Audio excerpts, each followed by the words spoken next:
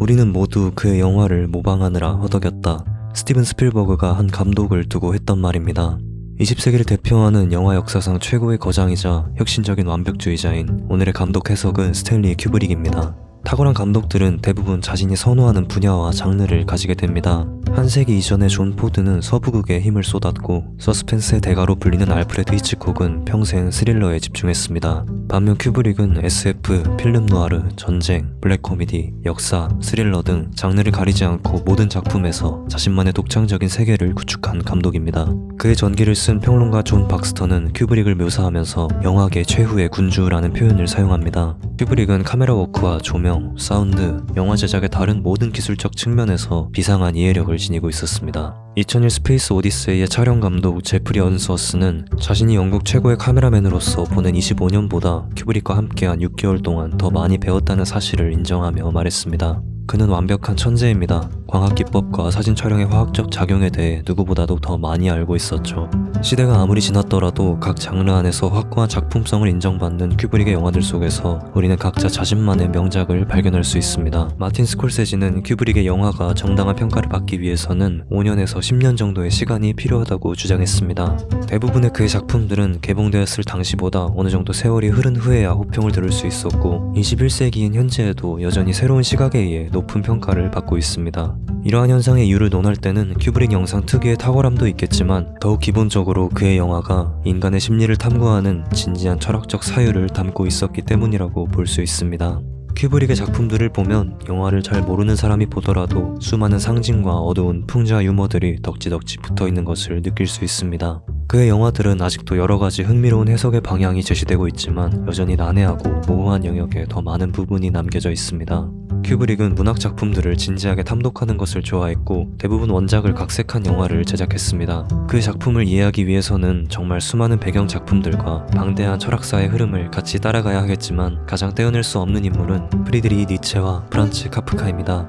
큐브릭은 문제를 일으키는 요소를 즐거워했습니다. 그의 작품들을 하나로 정의하는 것은 무척 어려운 일이지만 대부분 저항에 맞서 충돌하거나 실패하거나 동화되어가는 장면들을 보여줍니다. 당시의 전통적인 할리우드 방식으로 주인공을 응원하기보다 인물과 관객 사이의 거리를 유지하며 양면적인 감정을 가지고 지켜보게 합니다. 큐브릭은 등장인물들을 시스템, 욕망, 반감 등의 문제에 빠뜨리고 그것을 관객들에게 드러내 보이기를 원했습니다. 영화를 보다 보면 마치 제한에 맞서는 인간 정신을 옹호하기보다 억압의 편에 서서 가혹하고 그릇된 방식을 강요하는 것처럼 보이기도 합니다. 이것은 인간 실존과 삶에 대해 이야기했던 카프카의 글에서도 같은 주제를 볼 수 있는데 큐브릭은 카프카의 문학을 좋아했습니다. 그는 영화에 니체의 영원회귀 사상이나 위버맨시아 같은 수많은 상징과 기호를 교묘하게 배치해두고 그것들이 어떤 연관성을 가지고 무엇을 표현하는지 직설적으로 말하지 않습니다. 또한 단순한 거울과 소품 하나, 공간과 표정도 의미 없이 사용하지 않았습니다. 그러나 이런 불친절한 철학적 질문과 영화 문법에 대답하려고 고민하는 과정은 작품과 관객을 같이 성장시킵니다. 영화평론가 제임스 네어모어는 큐브릭의 이미지에 대해 말했습니다. 흡사 어린아이와 같은 격렬한 감정을 명료하고 합리적인 방식으로 바라보듯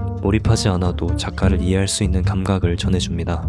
큐브릭은 1928년 미국 뉴욕에서 태어났습니다. 그는 어린 시절 마치 시계테어 모렌지의 알렉스와 같이 품행이 바르지 못하고 친구들과 잘 어울리지 못했습니다. 1학년과 2학년 시절 자주 등교를 거부하여 당시 출석 일수는 거의 60% 정도밖에 되지 않았습니다. 시간이 지난 후 큐브릭이 한 인터뷰에서 말했습니다. 저는 고등학교 때 정말 부적응자였습니다.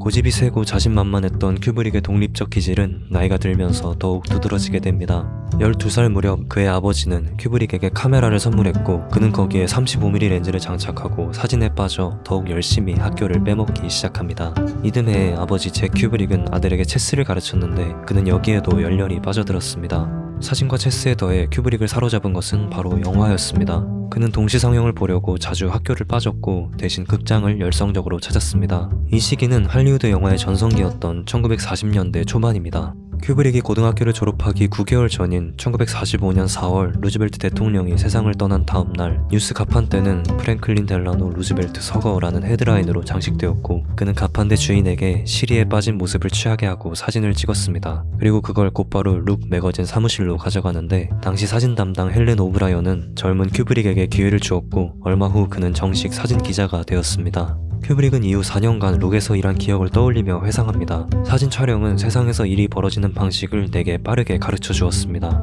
사진작가로서 큐브릭은 시각적 우화를 좋아했습니다. 그는 정서적 혼란의 감각을 전달하는 데에 능숙했는데 대표적으로 10대들의 첫사랑이라는 포토 에세이에서 등을 보인 채 얼굴을 감추고 벽에 난 사랑이 싫어 라고 적는 소녀의 사진이 있습니다. 1948년 5월 20살의 큐브릭은 고등학교 때부터 만난 연인 토바 매츠와 결혼합니다. 둘은 자유분방한 예술가들이 활동하던 그리니치 빌리지로 이주했고 거기서 큐브릭은 지식인들과 어울려 다니며 문학과 철학에 빠져들게 됩니다. 미국의 작가이자 비평가인 드와이트 맥도널드는 당시의 큐브릭을 기억하며 이렇게 글을 썼습니다. 나는 젊은 영화 감독들 중 가장 재능 있는 스탠리 큐브릭과 흥미로운 3시간을 보냈다. 화이트헤드, 카프카, 포템킨, 선종, 서양 문화의 쇠락, 그리고 종교적 믿음이나 관능적 삶 같은 극단적 상태를 제외한 어디서든 인생이란 살아갈 가치가 있는지를 토론하며 전형적인 유욕의 대화였다. 1950년 무렵 큐브릭은 룩에서 하는 일에 불만을 가졌습니다. 이 잡지사에서 일한 4년 동안 그는 일주일에 겨우 $150를 벌었습니다. 낮은 임금의 문제가 아니어도 큐브릭은 이제 자신이 영화를 만들고 싶어 한다는 것을 알게 됩니다. 그는 최근 4, 5년 동안 제작된 영화를 모두 보고 난 후 이렇게 말합니다. 좋아, 내가 영화에 대해 아는 건 눈꽃만큼도 없지만 저것보다 더 잘 만들 수 있다는 건 알겠어. 큐브릭은 일찍부터 뉴욕의 예술가와 지식인 사회에 이끌렸지만 심오한 예술 영화를 만드는 것만으로 끝내고 싶지 않았습니다. 그의 목표는 미국 주류 사회에 이야기하는 것이었고 자신의 작품이 중추적이고 상징적인 위상을 가지게 되길 바랬습니다. 큐브릭의 고등학교 친구였던 마커스는 말했습니다. 스탠리는 자기 역량 안에서 악마와 같은 신념이 있었습니다. 악령들이 그를 몰아붙이고 있었죠. 그가 가는 길에서는 아무것도 멈춰 서 있을 수 없었어요. 당시에는 영화 학교라는 개념이 없었기 때문에 큐브릭은 영화 편집과 연기에 관한 책을 읽고 뉴욕 현대미술관에서 모든 외국 영화를 여러 차례 관람하며 직접 영화를 만들 준비를 합니다. 큐브릭의 초기 영화들에서 음악을 작곡했던 그의 친구 제럴드 프라이드는 회상합니다. 우리가 하는 논의는 주로 대다수 영화에 담긴 천박한 감상주의를 비웃는 스탠리의 말을 듣는 일이었어요. 1950년 21살의 큐브릭은 자신의 첫 번째 영화인 권투선수에 대한 12분 30초짜리 뉴스 영화 시합날을 약 $3,900에 제작해 영화사에 $4,000에 팔았습니다. 이는 기대했던 것보다 훨씬 적은 돈이었지만 큐브릭은 마냥 행복했습니다.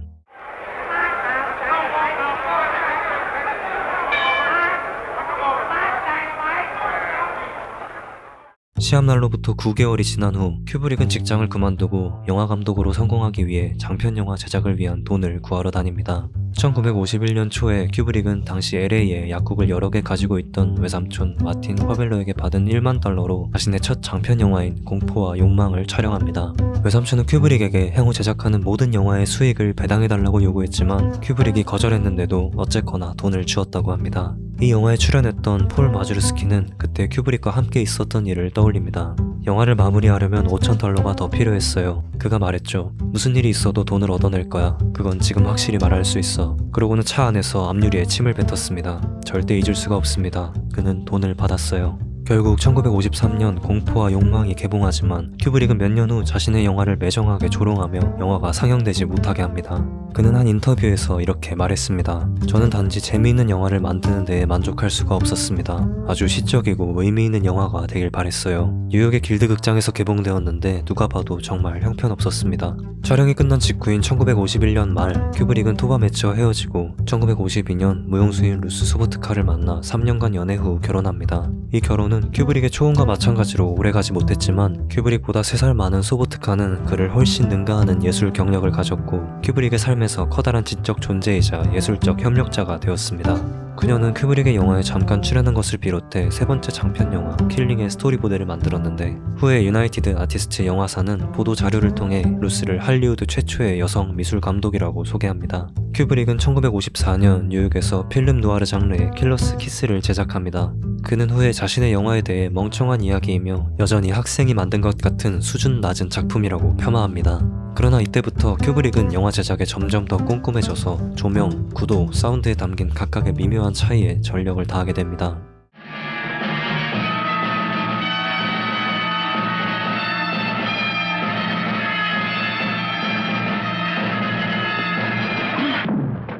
킬러스 키스를 만들고 얼마 되지 않아 큐브릭은 자신이 찾고 있었던 창의적 파트너인 고등학교 때 단짝이던 알렉스 싱어의 군대 친구 제임스 B 해리스를 만납니다. 그는 영화를 제작하고 싶어 했고 큐브릭의 앞선 두 장편 영화에 감명을 받은 상태였습니다. 그래서 두 사람은 해리스 큐브릭 프로덕션을 설립합니다. 해리스와 큐브릭은 절친한 친구가 되었습니다. 둘 다 유대인의 뉴욕 출신이었고 함께 축구를 하고 포커를 치며 같은 골칫거리를 나누었습니다. 하지만 큐브릭은 여전히 재정적 압박을 받고 있었습니다. 그는 킬러스 키스를 제작하며 자신의 급여를 가져가지 못했고 실업 수당과 해리스에게 빌린 돈으로 생활했습니다. 이때 해리스는 경마장을 터는 계획에 관한 라이오넬 화이트의 소설 깨끗이 손떼기를 우연히 접했고 이 이야기가 해리스 큐브릭의 첫 영화가 될 수 있을 거라고 생각해 1만 달러의 판권을 확보합니다.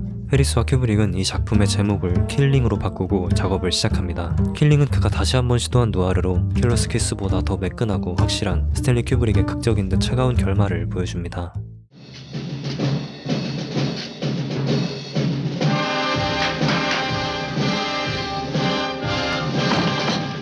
그가 앞선 공포와 욕망, 킬러스 키스, 킬링까지 만들었다면 마이너한 노아르 감독으로 알려졌겠지만 다음 영화 영광의 길로 큐브릭은 새로운 시도를 하게 됩니다. 전쟁 영화였지만 당시 할리우드에서 가장 유명한 1차 세계대전을 다룬 서부전선 이상 없다와 달리 전장의 폭력을 피하고 혼돈이 아닌 명료함을 전달합니다.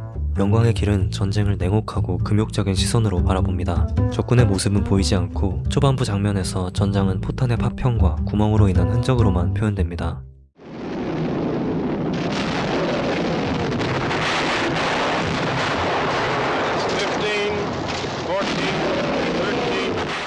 그러나 킬링과 마찬가지로 영광의 길은 수익을 내지 못했고 큐브릭은 다시 심각한 재정난에 빠지게 됩니다. 그는 거의 2년 동안 영화를 만들지 못했지만 1958년 2월 영광의 길에 출연했던 커크 더글라스에게 예상치 못한 전화를 받게 됩니다. 그는 당시 자신이 작업 중이었던 하워드 페스트 원작의 스파르타쿠스의 감독과의 마찰로 공석이 된 그 자리를 대신할 사람으로 큐브릭을 떠올렸습니다. 이미 큐브릭이 아주 좋아하는 소설이었기 때문에 그는 망설이지 않고 연출을 맡게 됩니다.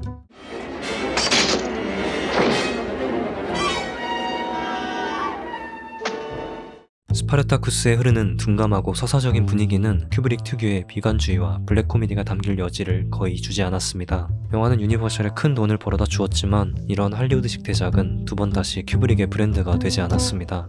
그의 다음 영화는 과감하게 금기를 깨는 작품인 블라디미르 나보코프의 롤리타입니다. Still love me? Completely. 롤리타는 책이 출간된 1958년 미국에서 큰 문제작이 되었습니다. 하지만 12살짜리 소녀와의 불륜을 뿌듯해하는 성적인 묘사로 가득한 책에 할리우드가 관심을 갖기에는 논란의 소지가 너무 많았습니다. 큐브릭은 롤리타에 완전히 만족하지 못했는데 그는 인터뷰어인 제레미 번스타인에게 영화에 대해 이렇게 말했습니다. 에로티시즘이 전무한 탓에 즐거움의 일부를 빼앗겼어요. 하지만 만일 에로틱했다면 영화가 만들어질 수 없었을 겁니다. 외설적이지 않은 롤리타조차 비난을 받게 될 위험이 있었습니다. 1962년의 검열은 관객을 자극하는 방식을 허용하지 않았습니다. 그러나 평론가들은 롤리타를 호평했습니다. 영화는 약 200만 달러의 제작비로 개봉과 함께 450만 달러의 수익을 올렸습니다.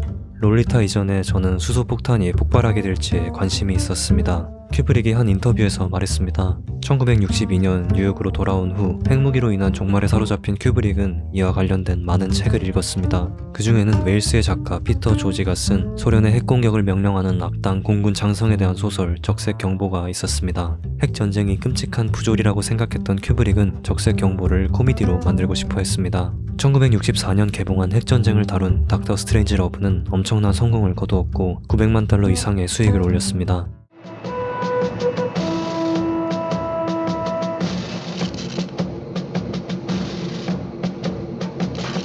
Target distance 7 miles.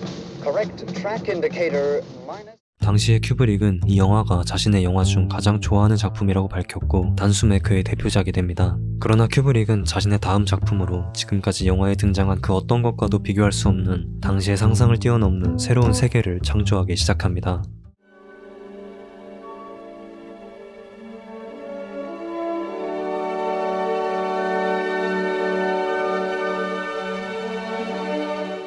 (20세기) 최고의 영화로 평가받는 2001 스페이스 오디세이는 50년이 넘게 지난 지금까지도 선사시대의 유인원들부터 무한한 우주 공간의 고요까지 어떤 영화에서도 볼 수 없었던 새로운 영상을 보여줍니다.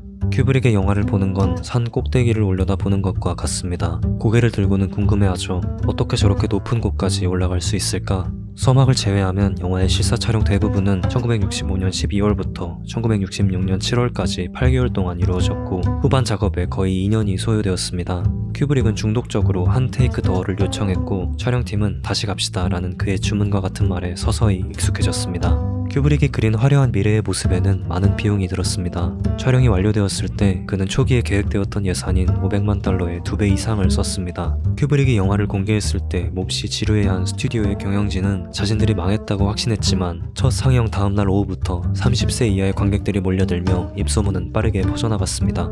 사람들은 영화를 반복해서 보았고 아무도 작품의 의미를 몰랐지만 누구나 그 영화를 보고 이야기했습니다. 얼마 후 비틀즈의 존 레논이 말했습니다. 2001 스페이스 오디세이를 매주 보고 있습니다. 큐브릭은 앤서니 버지스의 시계태엽 오렌지를 읽고 단번에 자신의 다음 영화라는 것을 알았습니다. 오랜 세월이 지났지만 아직까지도 이 영화는 역사상 가장 많은 논란을 불러일으킨 작품이 되었습니다. 영국 언론은 시계태엽 오렌지가 모방 범죄를 급증시킨다고 선전했습니다. 큐브릭은 그들에게 폭력의 맛을 보여주었고 그들은 그 이상을 원했습니다. 그런 식으로 영화가 강간과 살인에 재미를 붙였다는 비난이 이어졌습니다. 그러나 큐브릭에게 할리우드 영화는 모두 관객의 판타지를 충족시키기 위한 체험에 관한 것이었고 그는 그 판타지를 어지럽히는 것에 전념했습니다. 그는 롤링스톤의 인터뷰에서 이렇게 말했습니다. 우리는 영화 중심부의 역할이 그저 주인공이 피에 굶주린 듯 자신의 적들을 사륙하는 마지막 장면에 동기를 부여하기 위한 구실, 그리고 동시에 이 파괴 행위를 즐긴다는 관객의 죄책감을 없애주는 것에 불과한 그런 작품을 숱하게 봤습니다. 시계태엽 오렌지는 대부분의 할리우드 작품들과 달리 폭력을 즐기는 일에 대해 관객이 가책을 느끼게 합니다. 죄책감은 쾌감과 뒤섞여서 결국 어느 감정도 우리의 관람 경험을 통제하지 못하게 되는데 그 다음에는 우리가 근본적으로 얼마나 불완전한 존재인지를 일깨워줍니다.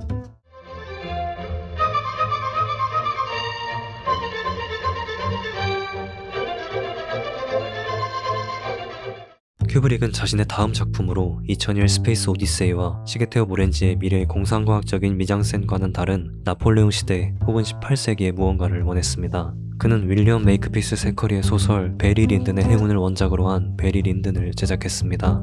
영화는 큐브릭의 전작들처럼 시대를 앞서간 파격적인 시도는 없었지만 예술 영화의 분위기와 더불어 18세기 유럽으로 떠나는 화려한 여행이었습니다. 베리 린든은 느릿하지만 확실하게 유럽 시장을 공략했고 결과적으로 손익분기를 넘겼습니다.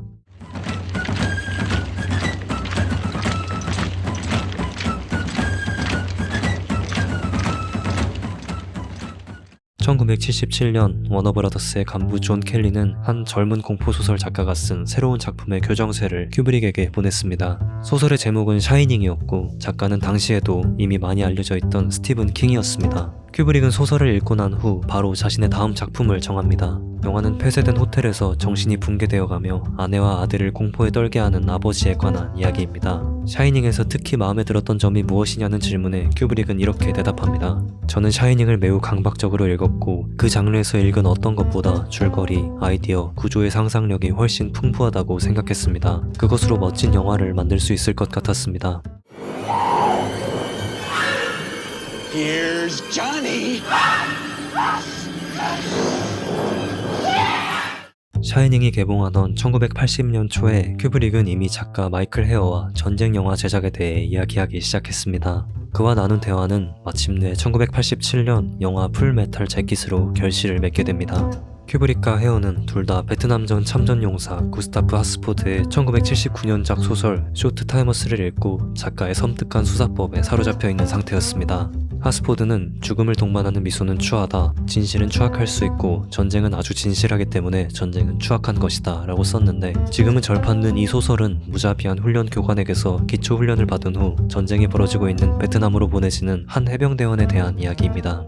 풀메탈 재킷은 통제되지 않은 전쟁의 모습을 보여줍니다. 큐브릭은 영화가 무엇을 의미하냐는 롤링스톤에서의 인터뷰에 이렇게 대답합니다. 어떤 사람들은 5줄 요약을 요구합니다. 잡지에서 읽은 내용이죠. 그들은 이것은 인간의 이중성과 정부의 이중성에 대한 이야기입니다 라고 말하기를 원합니다. 하지만 영화의 내용이나 미묘함이 있다면 당신이 말하는 것은 결코 완전하지 않습니다. 일반적으로 잘못된 것이며 필연적으로 단순합니다. 진실은 5줄로 요약하기에는 너무 다면적입니다. 작품이 좋다면 그것에 대해 당신이 말하는 것은 되게 부적합합니다.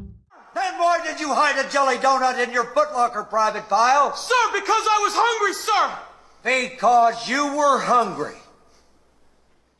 큐브릭이 자신이 사랑했던 여인의 이야기를 해준 적이 있어요. 그 여자랑 대판 싸운 적이 있었답니다. 그런데 젠장 자신이 마초처럼 느껴진 거예요. 빌어먹을 진절머리가 났대요. 그는 가방을 써서 문을 쾅 닫고는 밖으로 나갔습니다. 그러고는 걷기 시작했는데 가방이 점점 무거워져서 들고 갈 수가 없게 되었답니다. 결국 다시 돌아갈 수밖에 없었던 거죠. 배우 커크 더글러스가 회상하는 이 이야기는 큐브릭의 마지막이자 가장 개인적인 영화인 아이즈 와이드 셧의 줄거리입니다. 큐브릭은 풀메탈 재킷부터 12년 동안 새로운 영화를 만들지 않았습니다. 중년기의 끝에서 그는 자신이 다음에 어떤 영화를 만들고 싶은지에 대해 곰곰이 생각했습니다. 큐브릭이 아이즈 와이드 셧을 결정한 이유는 이 작품이 자신이 죽기 전 해결해야 하는 내가 누구인가라는 문제의 핵심이라는 것을 깨달았기 때문입니다. 영화의 원작인 아르투어 슈니츠러의 꿈의 노벨레는 큐브릭이 수십 년 동안 사로잡혀 있던 작품 중 하나였습니다. 그는 이 작품에 자극을 받았지만 동시에 걱정했습니다. 영화에 출연했던 니콜 키드먼은 이렇게 말했습니다. 스탠리가 이 소설을 처음 읽었을 때 영화로 만드는 게 두려웠다고 해요.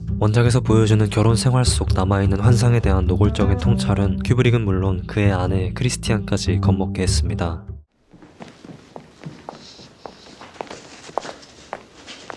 What's the name of the babysitter? Rose.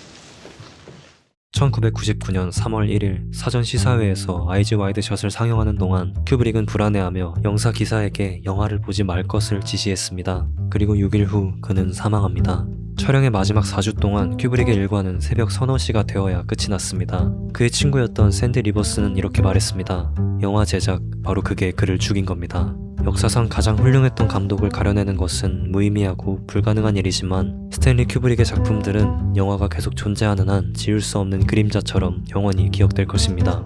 끝까지 봐주셔서 감사합니다. 더 좋은 영상으로 돌아오겠습니다.